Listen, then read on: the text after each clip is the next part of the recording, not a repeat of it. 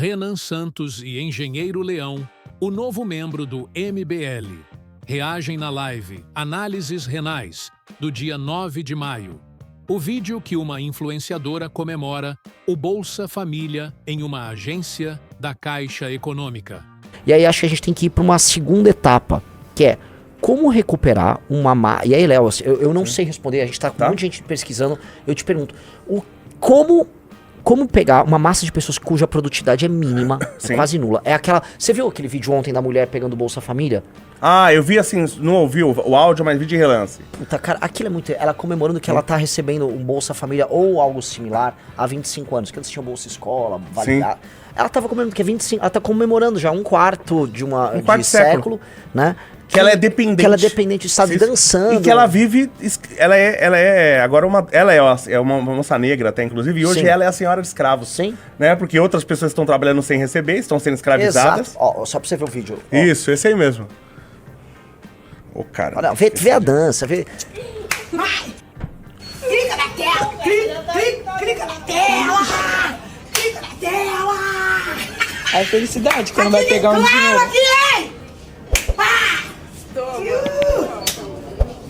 Vai, salta o bolsa, Bolsa Família, Bolsa Família, Bolsa Família, Bolsa Família, obrigada, linda!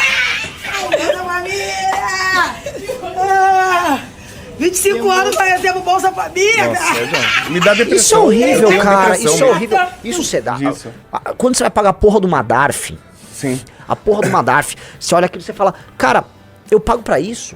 Porque eu acho que você não paga só, a gente também paga pra elite do funcionalismo, paga pra um monte de aposentadoria irregular. Eu sei que assim, eu não quero mais cair também no lance de eu ter que falar que eu pago pra elite do funcionalismo pra justificar que no fundo, sei lá, as pessoas também... Não, cara, a pessoa humilde também tem a sua parcela ao adotar... Todo mundo é responsável, a gente tem que parar com uma leniência que existe no Brasil, do tipo, não, o cara humilde, essa moça não é vítima de nada. Ela inclusive é uma influenciadora, essa aí, né? É gigante. Ou seja, ela nem precisa desse dinheiro, Não, ela não precisa desse dinheiro, ainda assim ela coleta Bolsa Família. Mas como ela também deve receber esse dinheiro e não é declarado, de certa forma, então ela acaba recebendo... Aliás, isso tá acontecendo muito, tá? Eu conheço muita gente, porque eu sou da indústria, muita gente que tá trabalhando sem registro, justamente, sem CLT, justamente pra receber benefício do governo. Isso tá acontecendo absurdamente. Agora, por exemplo, como que você vai resolver isso aí? Né? Essa guerra precisa acontecer, ela tem que acontecer, tá? Só que não vai adiantar se a gente não tiver uma nova Constituição. Sim, não, né? Da onde eu tiro isso? Lê a Bíblia, tá? Paulo, acho que se não me engano, é o apóstolo Paulo que fala sobre isso, se puder achar isso aí e colocar, ele fala sobre o cara que comete crime, o cara que assalta, o cara que rouba. O cara que rouba, né? Ele não quer, você precisa matar ele, o cara que rouba. Mas ele tem que trabalhar e pagar para aqueles que não têm. Ele tem que pagar pelo roubo que ele fez. Tá? O apóstolo Paulo fala isso. Então, enquanto eu não puder pegar bandido e obrigar ele a trabalhar, pra ele pagar pelo mal que ele fez, se ele ficar preso, pagar pela estadia e pagar pela comida, porque é o seguinte, se eu bato num carro, eu tenho que pagar pelo carro que eu bati. Agora, o cara rouba o carro e bate no meu carro em fuga, ele não tem que pagar.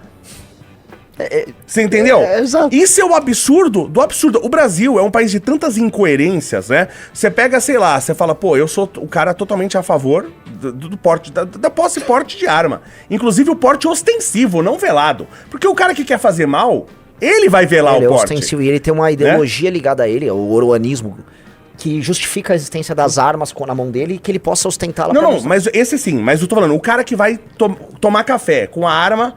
Na cintura, é que eu tô falando que o inimigo tem. O inimigo já tem. O inimigo já tem arma. Aí você fala, pô, mas aí você quer dar uma arma pra uma pessoa de 25 anos, um jovem de 25 anos, porque hoje você precisa ter pelo menos 25 anos pra tentar a posse, né? Porque você provavelmente não vai conseguir.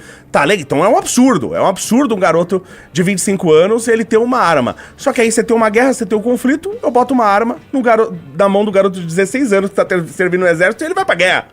Então isso é normal, O exército pode pôr, você acha, mas lá ele tá sendo treinado. Você que pensa, né? Então você tem uma guerra, você tem um conflito, todo país faz isso. Você bota a arma na mão de um moleque de 18 anos e ele vai pra guerra. E ele vai pra guerra, e ele vai, inclusive, pra morrer. Né? Inclusive, quando você tem infantaria, esse nome infantaria vem disso, de infante. Verdade. Né? Os jovens que vão pra lá, né? E aí o cara que já tá mais velho, já tem a casa dele, já tem a família e tal. Eu vi um porte que foi negado, que é uma coisa assim, espetacular, uma moça me contou. Ela separou do marido, grávida do 3º filho, e ela morava numa região rural e perigosa, ela sozinha, com 2 filhos e grávida, ela pediu, preciso de uma arma. Fala, com 2 filhos e grávida. O Estado negou essa mulher o direito, não é que negou a arma, o Estado negou o direito dessa mulher se defender. Porque uma mulher ela já tem menos condições de se defender. Ela grávida ainda? Sim. Então a gente vive num Estado absurdamente opressor. Né? Então, como eu falei, essa guerra tem que acontecer, ela tem que acontecer, só que se a gente não mudar a legislação... Não, é lógico, tem que mudar muito. Sim, é pegar essa e queimar, Essa Constituição, eu não consigo saber o que a gente salva dessa merda. Não, absolutamente nada. Né? Você tem que queimar e escrever uma outra do zero. Né? Fala, mas como que a gente vai fazer isso, não sei o quê.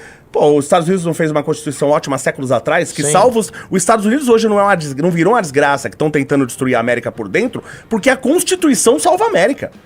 A Constituição salva os Estados Unidos há séculos. Então, o pessoal não entende o peso que uma Constituição tem. E por isso que é importante uma nova Constituição. Eu tô nessa. E assim, qual foi o... A gente vai olhando, por exemplo, os pactos de todas as constituições. Teve Constituição oriunda de golpe, a Constituição...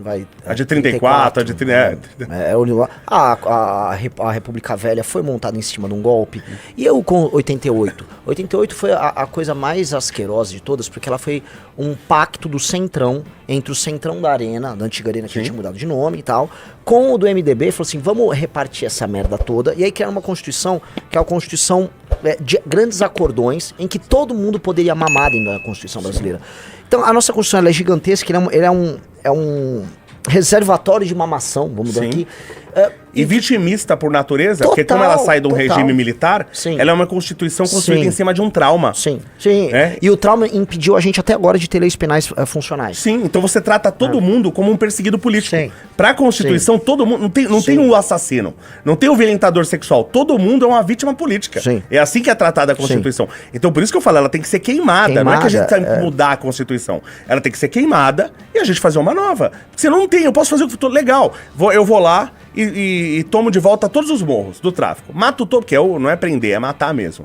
Né? Chegar lá, elimina lá os traficantes perigosos, assassinos, gente lá que tem dezenas de assassinatos e violências sexuais nas costas, tá? E o cara tá lá. Então você chega, mata, libera todo aquele povo. Agora tá lá aquele povo pobre, sem ensino fundamental, o que vai acontecer com ele? Logisticamente apartado do mundo real. Sim. Que olha a merda. Assim, a gente tá falando, Léo, se a gente for falar, vamos liberar essas áreas, a gente for falar das periferias das regiões metropolitanas das grandes capitais brasileiras, região metropolitana de BH, porra, Rio de Janeiro, em grande pedação, São Paulo, não vamos negar São Paulo, Fortaleza, Salvador e tal. Cara, a gente tá da dezena de milhão.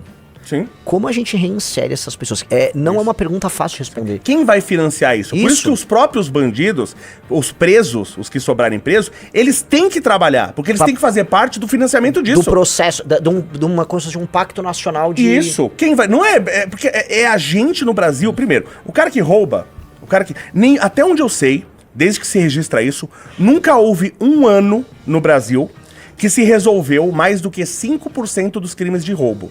Nunca a gente passou de 5%. Quer dizer que o cara que comete um assalto, ele tem 95% de chance de não acontecer nada.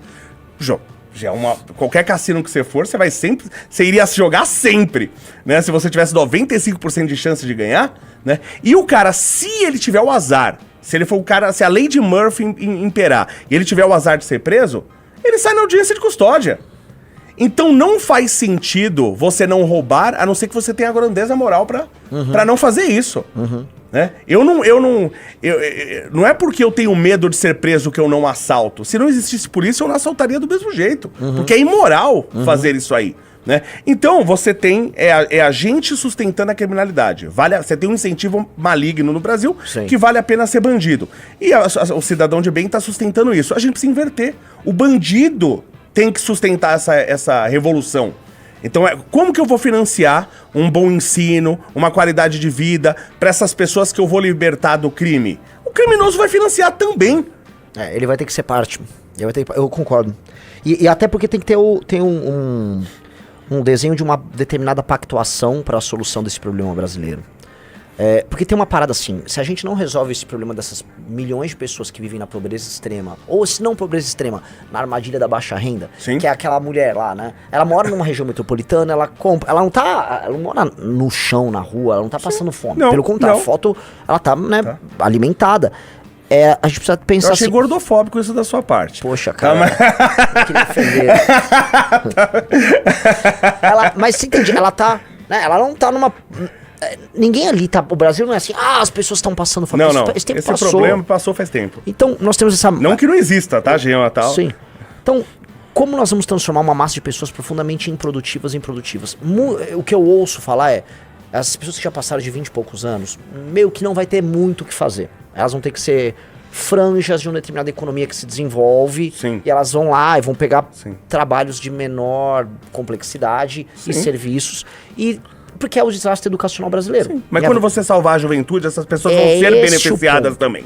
A revolução é pegar a galera mais nova. Sim. E tem que fazer um corte, mas é um corte muito profundo no tipo de educação que elas têm. Porque elas já estão vindo de famílias muito atrapalhadas. Sim. Então a família dessas crianças mais humildes é uma família detonada. Os pais sequer sabem cobrar a escola de um ensino bom. Os pais ele não nem entende a ele não tem um estrutura da escola, referencial. ele não tem, Ele não entende a função social da Sim. escola. Para a maior parte dos pais, a escola é um depósito onde a pessoa recebe merenda. Sim. Então, um lugar que a criança... Tanto que a reclamação dos pais sobre escolas no Brasil é sobre merenda. Se tem Até uma porque muita escola é isso aí. O cara não tá aprendendo nada. Nada, Se ele ficar no YouTube, ele vai aprender mais. O Paulo Cruz fala isso direto. A escola é um depósito em que a criança fica fazendo qualquer coisa e dão merenda pra ele. Aí o pai, ele tá comendo e ele não tá na rua. É isso. Então, e os pais não têm referencial. Saber avaliar o que é uma bola de matemática, o que é uma bola de aula de português. Claro, sim, sem dúvida. O pai é analfabeto funcional. Então, vai ter que ter um corte. E esse corte necessariamente, e esse é um problema, esse corte necessariamente ele vai ter que definir o que é uma boa educação, o que é uma boa educação pro século XXI, e o que nós queremos daquelas pessoas. E entender que se a gente conseguir alfabetizar e deixar elas prontas para ter um curso técnico, a gente já vai dar um salto civilizacional monumental. É um salto civilizacional. Absurdo. E que não é, porém, o que esses educadores filhas da puta ficam lá, não, eu quero pegar e formar um humanismo. Vai tomar no cu com o cara ele tem que aprender agora. Aí a gente vai tem aquela música que é muito bonita, Another Brick in the Wall, que ele é uma crítica ao sistema de educação inglês. Sim. Porque o sistema de educação inglês super padronizado e criava todo mundo um tijolinho na parede. Porque se os tijolos forem desiguais, você vai ter dificuldade de fazer uma boa parede. Né? Então a Inglaterra ela cresceu, ela é o que é também por causa disso. De você criar essa padronização, essa sistematização. Só que quando você cria uma sociedade elevada, como foi a sociedade inglesa, você quer mais. Você quer mais. Sim. Daí nasce Another Brick in the Wall, tá? Sim. Só que nós não estamos nesse estágio.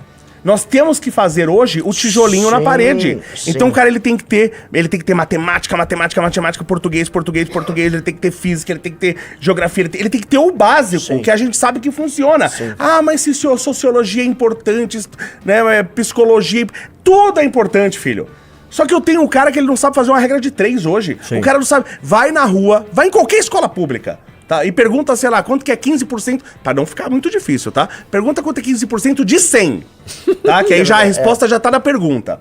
Quanto que é 15% de 100? Você vai ver, a maioria não sabe responder. Então como que eu vou ensinar sociologia? É óbvio. Que é algo extremamente complexo. E agora tem um novo ensino médio em que esse cara que não sabe nada, ele vai formar currículos. Então vai vir o garoto pobre, que não teve um ensino horroroso. Não, agora eu quero um ensino multidisciplinar, eu quero misturar física e geografia. Ele não vai ter essa reflexão. A reflexão dele é tigrinho, putaria. É isso.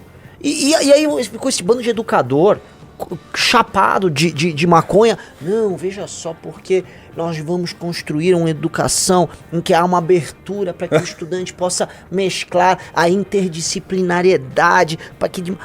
Você já viu a quantidade de matérias que tem hoje na escola? É bizarro. Meu sobrinho me mostra, eu falo, gente, como é que você aguenta? Não. E não existem professores para aquelas matérias. Claro que não. É tudo gambiarra. Sim. O Paulo Cruz contou assim, tem umas gambiarras que ele foi colocado, aula de felicidade, aula de como... Essa eu quero fazer. Como é que se ensina a ser feliz? Tem felicidade. Eu quero aprender essa. Tem uma, tipo assim, mundo moderno. Sim. Mundo moderno. Tem aulas de mundo moderno. O que é mundo moderno? É como você quiser, mundo moderno. Gostou do vídeo? Para mais conteúdo como esse, se inscreva no canal.